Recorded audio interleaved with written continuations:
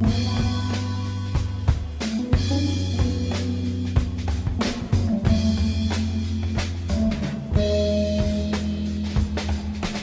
right, y'all, welcome back to the show. It's Anti-War Radio. I'm Scott Horton, and our next guest on the show is Patrick Cockburn.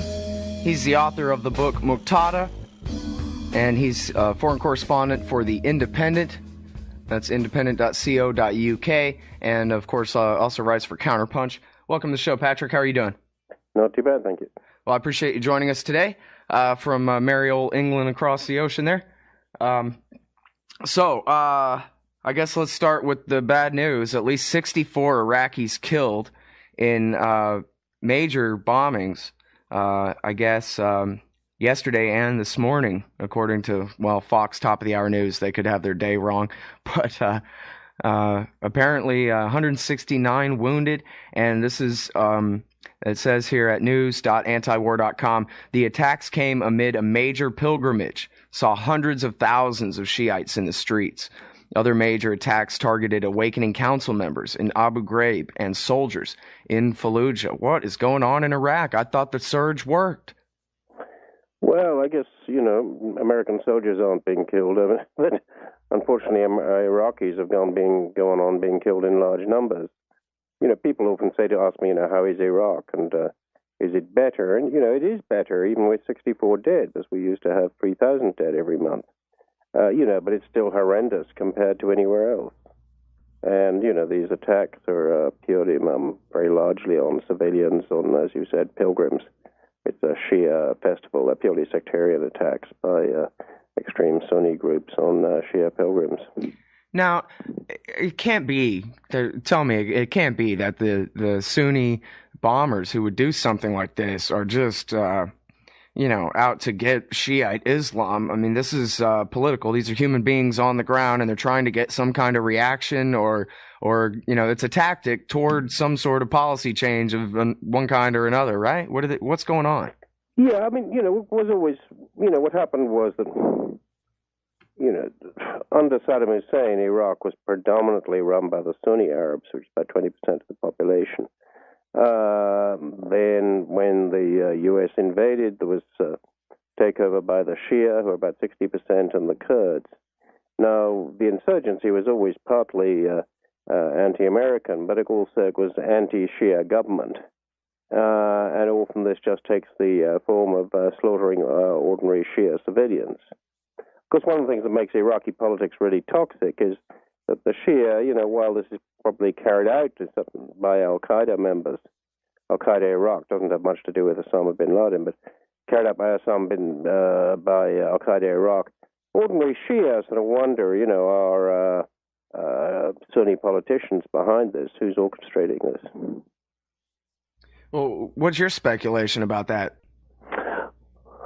Well, I think a lot of it's straight sectarianism. I mean, the problem is that just hasn't sort of gone away. One of the things is that in the U.S. the surge was talked up as if this was a great victory, and the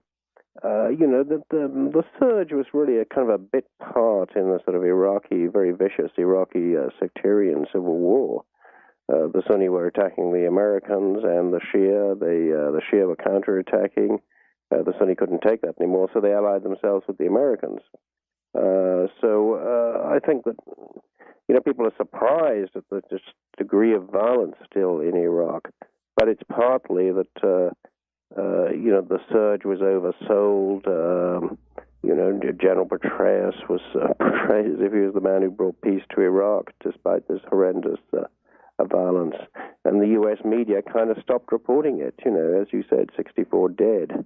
Where is that going to? Is there any front page that's going to be reported on? I doubt it.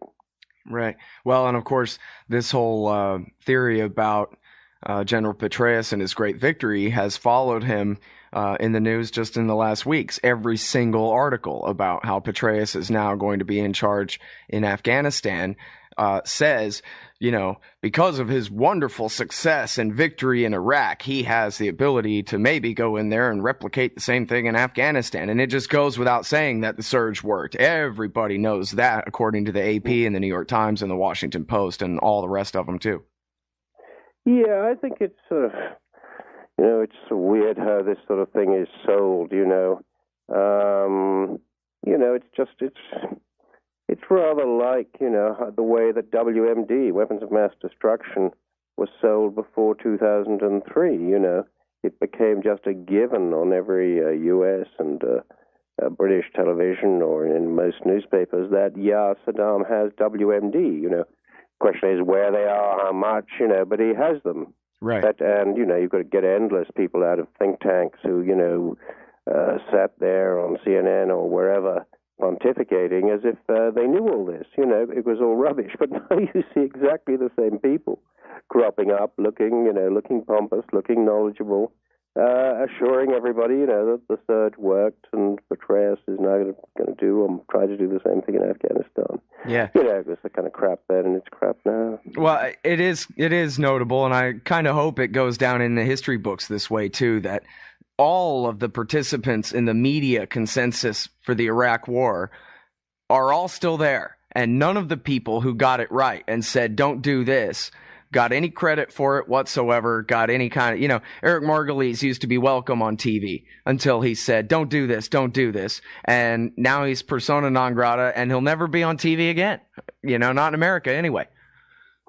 Yeah, it's kind of depressing really to just see these same old faces, the same old talking heads that, have a proven track record of getting things wrong.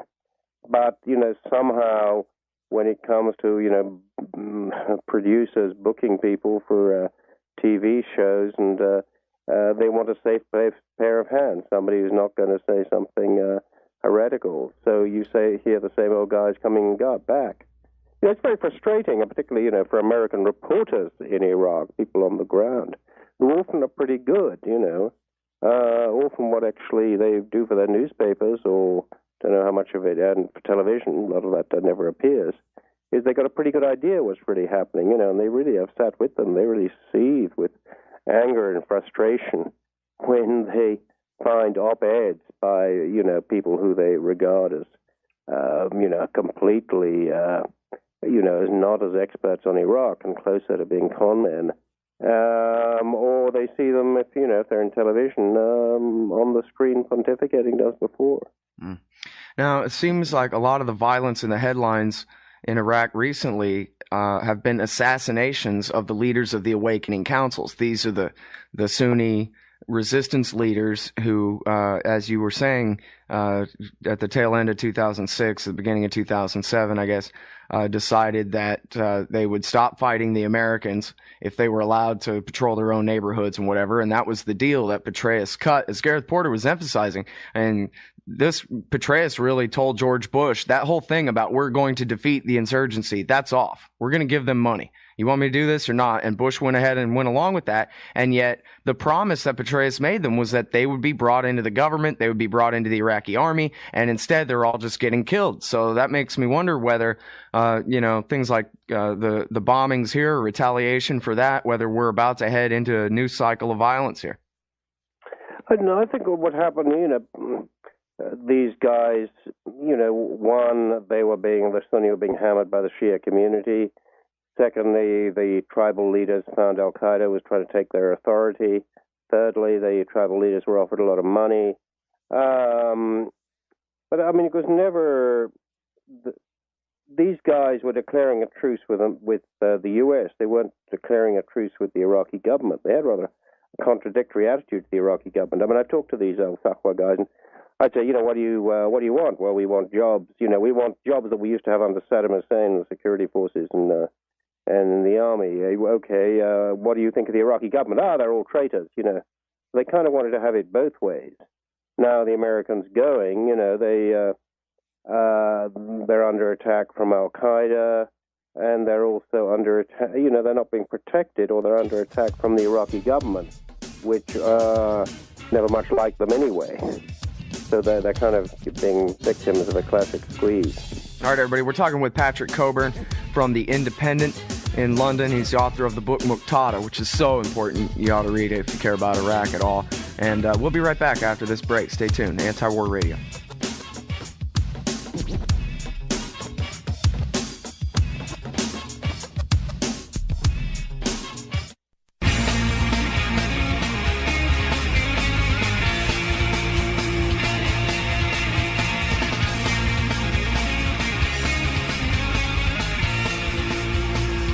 right, y'all, welcome back to the show.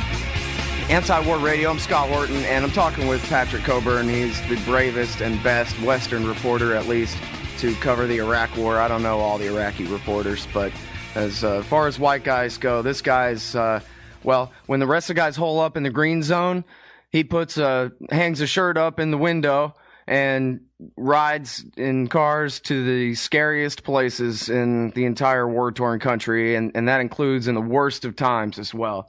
And so he deserves respect, and you deserve to read his work.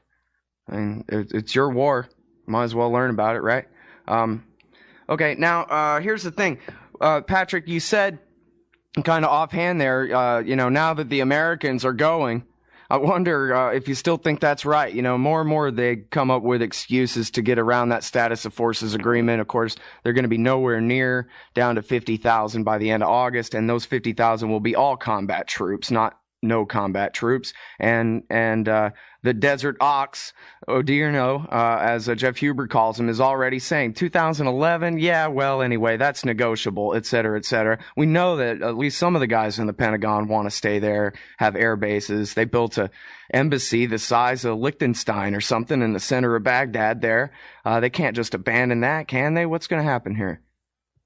Well, there's going to be not all the arrows point in the same direction, I mean, the Kurds would like the Americans to stay on, as partly because they're allied to them, partly as a sort of a line between them and the Arabs in northern Iraq. The government sort of says they don't, but maybe they half do. The followers of Muqtada, al-Sadr want them out when they're extremely powerful. I probably wouldn't go all the way with you. I think that there's very strong pressures for them to be out. And I remember one thing about American presence there, that nobody sort of talks about it in the U.S. at the moment. But if things, Iraq is a real violent place that people don't talk about because there are no American casualties, but this might go the other way. I mean, all you need is suddenly American casualties start rising in Iraq again. It becomes a political issue. People start asking, what Obama's at. The White House might well calculate it's safer there for them to be completely out. Well, and now speaking of Muqtada al-Sadr, we've got this just mess of an election result here from, 3 months ago now, where got, two major Shiite factions, the Kurdish factions, and then the Sunnis have made an alliance with this Alawi character, the former CIA agent and former puppet prime minister there for a little while in 2004. And they still nobody's been able to pick a government. And Alawi's plurality keeps getting smaller because people keep assassinating his party members. And the Shiites can't get along because, I guess, bad blood between Muqtada al-Sadr and Nuri al-Maliki means that there is no compromise on what would seem to, a Texan, who doesn't really know, like me, to be the natural alliance, the former Iraqi National Alliance, after all. Yeah, I mean, the thing is that the others don't trust Maliki to remain prime minister. They want him out because they think he's going to monopolize power. I mean, there's something else about Iraq which is worth mentioning. It's an oil state. Yeah, sure, power is sort of kind of fragmented between the different groups. But if you can grab hold of the government, you can grab hold of $60 billion, and that's going to go up. The biggest sort of supergiant oil field is reserves in excess of 5 billion barrels. The biggest supergiant oil fields in the world are all in southeast Iraq. So if you've got control of the government, potentially it'd be real powerful regardless of how much support you got. That's really what made Saddam the kind of dictator he was. But even then, I mean, in typical democratic form, it would seem like Sadr would say, fine, you can go ahead and be the prime minister, but you have to do what I say on the following issues: sharing the oil money with me, kicking the Americans out, etc. And yet they can't seem to get over their differences, these guys. Well, not that I'm rooting for them. And,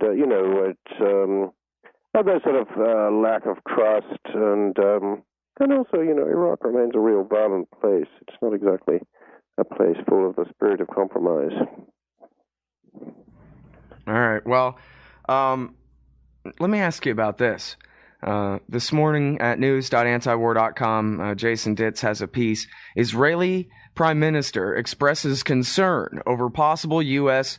pullout from Iraq, and he says that this could leave Israel vulnerable. It might even provoke an attack on Israel from the east.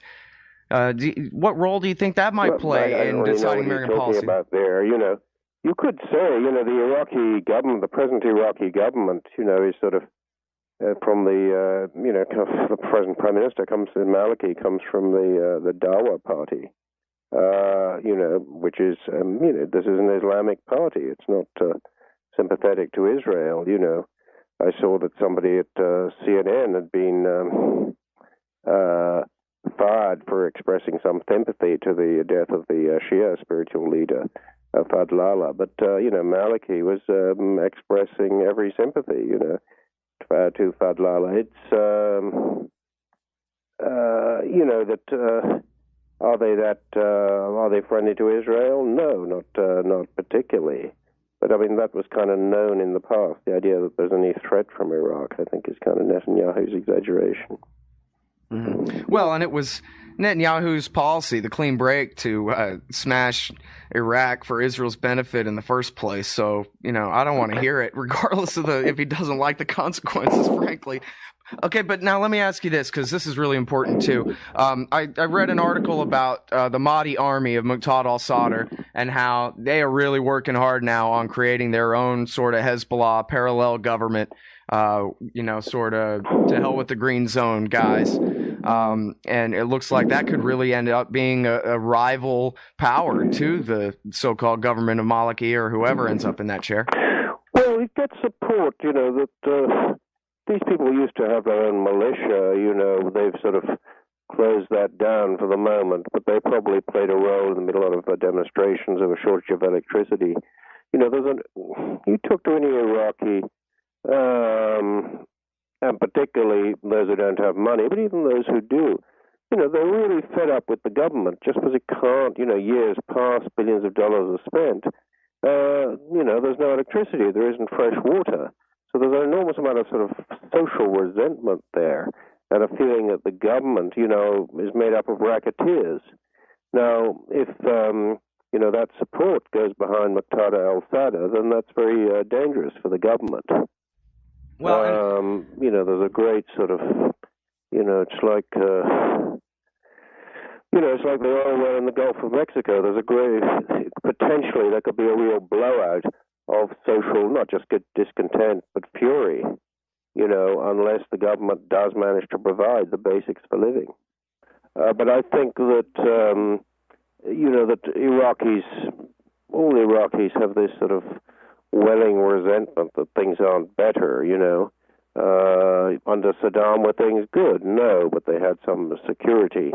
Now there are still 5 million refugees in a country of 30 million. That's a big proportion. Life is still insecure and pretty unpleasant. And under Saddam, they could see why this was happening because of the dictatorship, because of sanctions.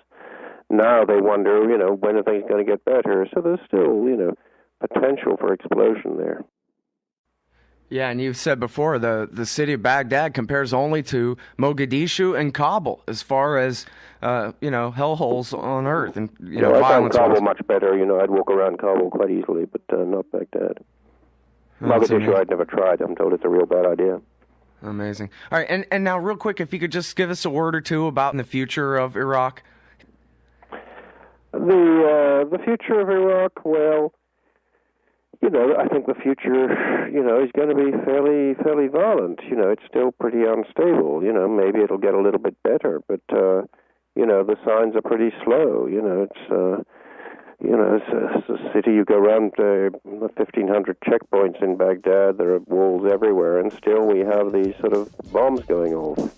So is it better than it was? Yeah, but that still, as you just said, makes it one of the more dangerous places on the planet. All right, well, I appreciate your time very much on the show and your insight into this war, as always, Patrick. Thank you. All right, everybody, we'll be right back. We've got Jeff Hubert coming up next.